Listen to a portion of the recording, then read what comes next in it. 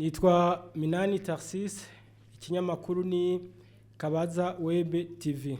Ikibazo kimwe rudende gitumbera ubushikiranganje bw'intwaro hagati mu gihugu, umutekano n'iterambere rusange. Ikibazo ngiki: haraheze imyaka 3 iriko irarenga hadutse amatati mu ishengero ry'Abadventiste b'umunsi w'indwi bita ishengero ry'amasigarira. Nukuvuga ngo haratunganijwe amatora abo ku ruhande wo bita Yosefu bavuga ko atisunze amategeko, baranditse n'amakete atari make yo kwanka ayo matora. Haheze iminsi ubwo bushikiranganje mvuze bwaremeje ayo matora ko yabaye kandi yagenze neza.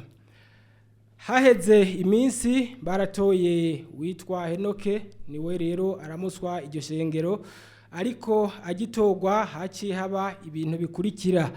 Abayoboke b'idini 150 begamiye uruhande rwa Yosefu barabakozi, abo barakuwe bari mu mihana iwabo ntacyo bahereza amaboko. Amashengero ashika 10 mu gihugu cyose aya masaha tuvugana arugaye mu gihe igihugu kirangwamwo umutekano mu mpande zine zose zaco. Ubu rero ayo mashengero arugaye. Abantu 13 barafungiye mu busho butandukanye bw'igihugu. Ikibazo ngiki: mu bushikiranganje ntako batakoze ngo batorere inyishu ikibazo, none ubu bimeze gute? Umuti bavuguse kusa nk'utabaye uwukiza, hari ubundi bagira bavugute? Ibibazo vyari mu ishengero y'Abadventiste b'umunsi w'indwi vyaraheze, vyaratorewe umuti n'ubushikiranganje bw'intwaro hagati mu gihugu, iterambere rusange n'umutekano.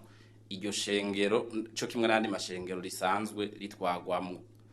Ubwo bushikiranganje bwarafashe umwanya ukwiye wo kumviriza impande zose zari zishamiranye, hanyuma barashika ku ntambwe yuko baronka indongozi ifata kibanza, hanyuma ikiringo cazo kirahera, bonyene abayoboke bo muri iryo shengero baritorera indongozi zabo uno munsi ziri ku kivi, kandi ayo matora bayakoze biciye mu mategeko.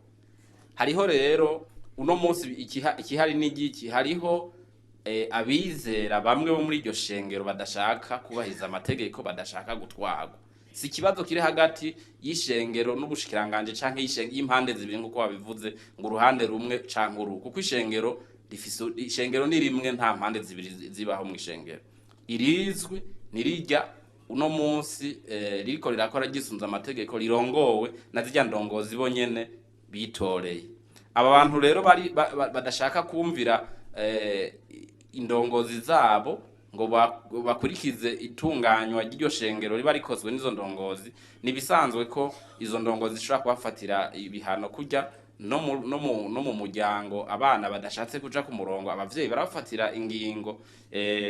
Ibi rero uvuze yuko bugaye amashengero 10, ico twobivuga ko nuko kujya mu bushiranganje tutaba tuzi ingene ayo mashengero udusengero duto bita umuntu kwita kudusikirisare baba batwuguruye, niko bashobora kutwugara bivanye n'ukungene batunganya abo nyene ishengero. Imbere ivyo gutunganya ishengero kwabo kw'imbere ubushiranganje ntibujamwo. Rero nimba bafashe ingingo yo gushobora kugara amashengero kumvo babona zishimishije, ivyo barabifitiye uburenganzira bafatiye ku mategeko abagenga kungene bonyene bitunganiriza ivy'iwabo. Aba bakozi 150 nabo uvuze ko birukanye, ubushikanganje ntibuzi ingene bari barahawe akazi. Mugabo ico twobabwira nuko umuntu wese aronkejwe akazi haba hariho amasezerano y'akazi. Rero barashaka kuzokwitura inzego zijejwe kubatunganiriza za leta nimba babona ko birukanywe bitisunze amategeko.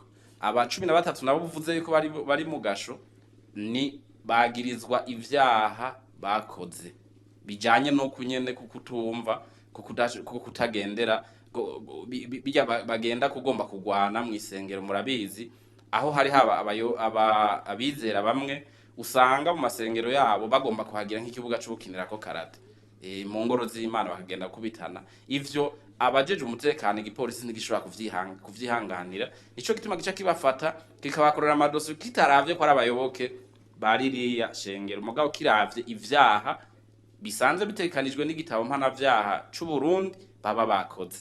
Umuti rero ubushikiranganji bwavuguse warakoze kandi warakoze neza, gusa hari intumva z'abayoboke batashimye ivyabaye, kandi ico twokwibutsa kuri no shengero nuko ivyo bapfa atari ibijanye no kwizera, atari ibijanye n'Imana, bapfa inyungu z'amafaranga. Tubidudurireko twarabibonye igihe cyose twabakiriye, nta na rimwe bigeze baza batubwira bati twe dufise ingorane kubijanye na doctrine y'idini, dufise ingorane kubijanye n'ivyo kumwe duhimbaza Imana. Baje bavuga ngo mbega amafaranga ngo akoteshwa ngo hanahana ngo n'amadolari ngano kunuku ngo kugeza ubu ngo ari kuri ngo bariyo bayatwara. Urumva ivyo ntaho bisa bisana n'ivy'Imana. Ivyo rero mugihe rero abantu bapfa inyungu, hari amasentare baraheza bakagenda bakitwara mu masentare, mugabo ari ibintu bijanye no gutunganya idini baraheza bakaza mu bushikiranganje. Ivyo navyo mu bushikiranganje twarabihejeje.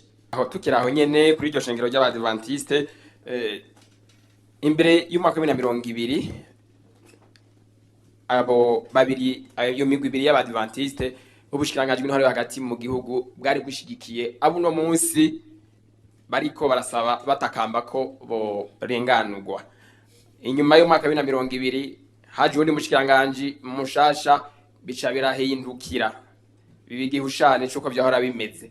Mbega ivyo biva kuki ko abashikiranganje bahindutse uhora ashikira uruhande rumwe ubundi mu nyuma kaza agashikira urundi ruhande, biva kuki mu gihe bategerezwa kuja hagati na hagati? Umushikiranganje ntashigikira uruhande na rimwe. Umushikiranganje ashira mu ngiro amategeko rero uko ababa bariko barayisunga nibo umushikiranganje aheza agashigikira ivyo kuri urwo ruhande.